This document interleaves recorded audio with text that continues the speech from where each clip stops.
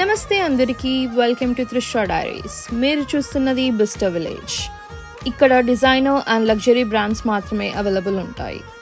నా experience share చేయాలి అంటే అసలు షాక్లో ఉండే. ఇంత ఎక్స్పెన్సివ్ ఉన్న అందరి చేతుల్లో బ్యాగ్స్ చూసి షాక్ అయ్యాను. కొన్ని బొటిక్స్లో అయితే డైలీ వేర్ టీషర్ట్ కూడా 40,000 to 50,000 రూపీస్ ఉండే.